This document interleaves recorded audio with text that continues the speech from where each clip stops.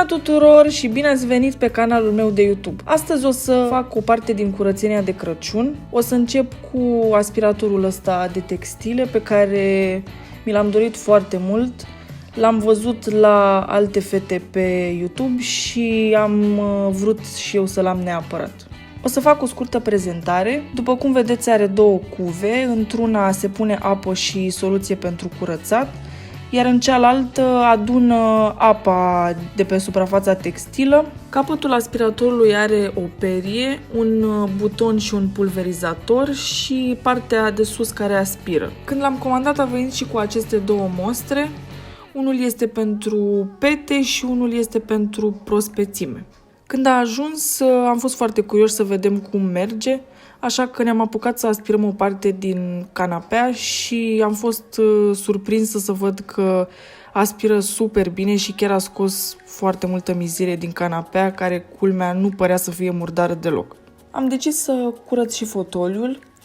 Îl avem de aproximativ un an jumate și în afară de părul pisicilor nu l-am udat niciodată cu nimic, deci teoretic nu ar trebui să fie prea murdar, dar am spus că de ce nu ar trebui să-l curăț și pe el puțin. Îmi place foarte mult că adună și părul pisicilor și se usucă destul de repede, aproximativ în 3-4 ore se usucă suprafața pe care am curățat-o.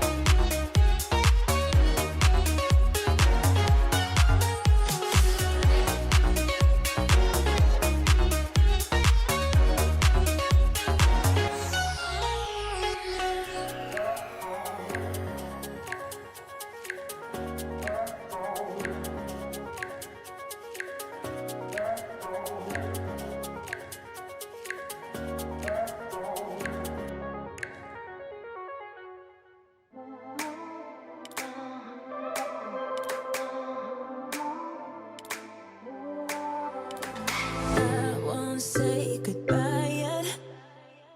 Can I change your mind? 'Cause I don't think we're finished until I cross the line. 'Cause I can't let you go. I want you to know that I will make you mine. 'Cause I can't let you go. I want you to know that I will make you mine. So before we dive in deeper, I wanna get to know you. You are. And the only thing that's better is you and me together for real. Cam asta a ieșit de pe fotoliu. După cum vedeți, e destul de murdară apa, având în vedere că nu îl avem de foarte mult timp. De-a lungul timpului am mai încercat și alte metode de a curăța textile, cum ar fi canapeaua sau covorul, dar trebuie să recunosc că de fiecare dată apa rămânea destul de limpede. În afară de păr și scame nu reușeam să scot nimic, dar de aparatul ăsta chiar am fost surprinsă pentru că chiar scoate mizeria de pe suprafața textilă. Când l-am încercat prima oară, nu mă așteptam să scoată așa ceva de pe o suprafață care teoretic ar fi trebuit să fie curată. Vizibil nu este o diferență după aspirare, în afară că știm noi că am curățat-o și că, într-adevăr, împrospătează un pic aerul în casă, știți? E cam aceeași senzație ca atunci când speli perdelele în casă. În rest, nu este o diferență, probabil și pentru că nu am curățat nicio suprafață care era, într-adevăr, murdară.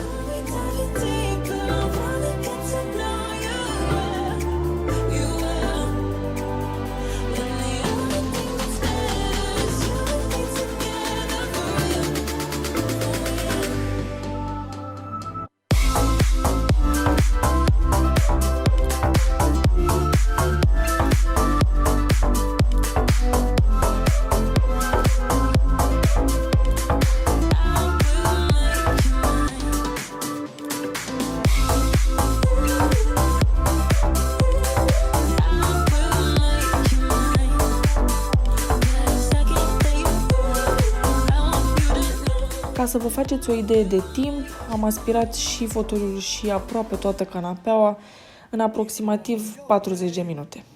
Cam asta a ieșit după ce am aspirat fotoliul și cam 3 sferturi din canapea, pentru că restul canapelei am aspirat-o prima oară. După cum vedeți, apa e destul de murdară, nu vine să cred că a scos asta.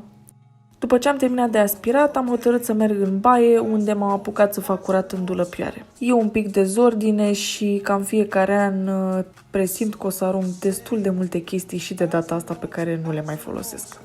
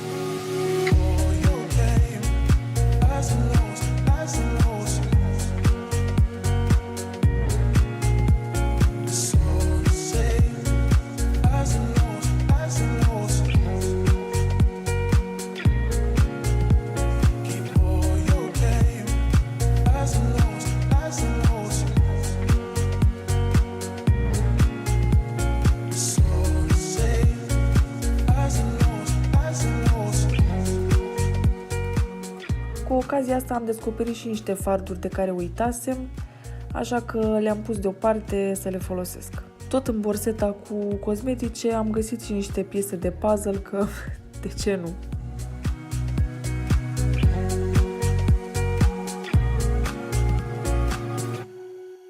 Mai am și câteva lacuri de unghii, le folosesc numai pentru pedicură, pentru că manicura o fac cu gel.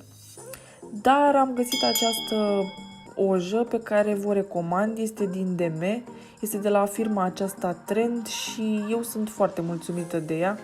Ține foarte mult pe unghii și costă și foarte puțin, e în jur de 7-8 lei o sticlă.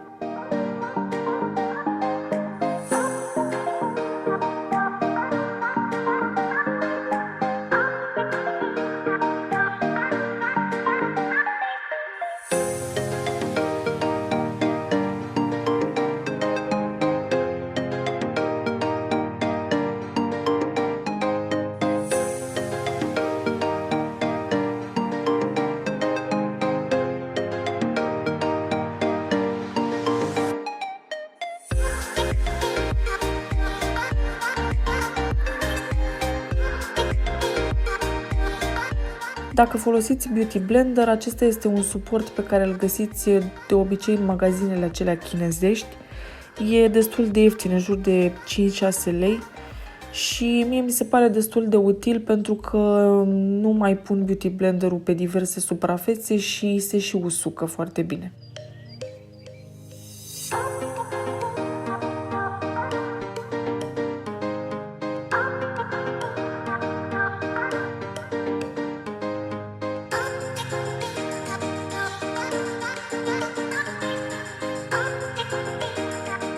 Ustensila asta pentru masaj facial am tot văzut-o pe rețelele de socializare și atunci când am găsit-o am spus că trebuie să o iau și eu. Este din DM și am dat pe ea în jur de 60 de lei.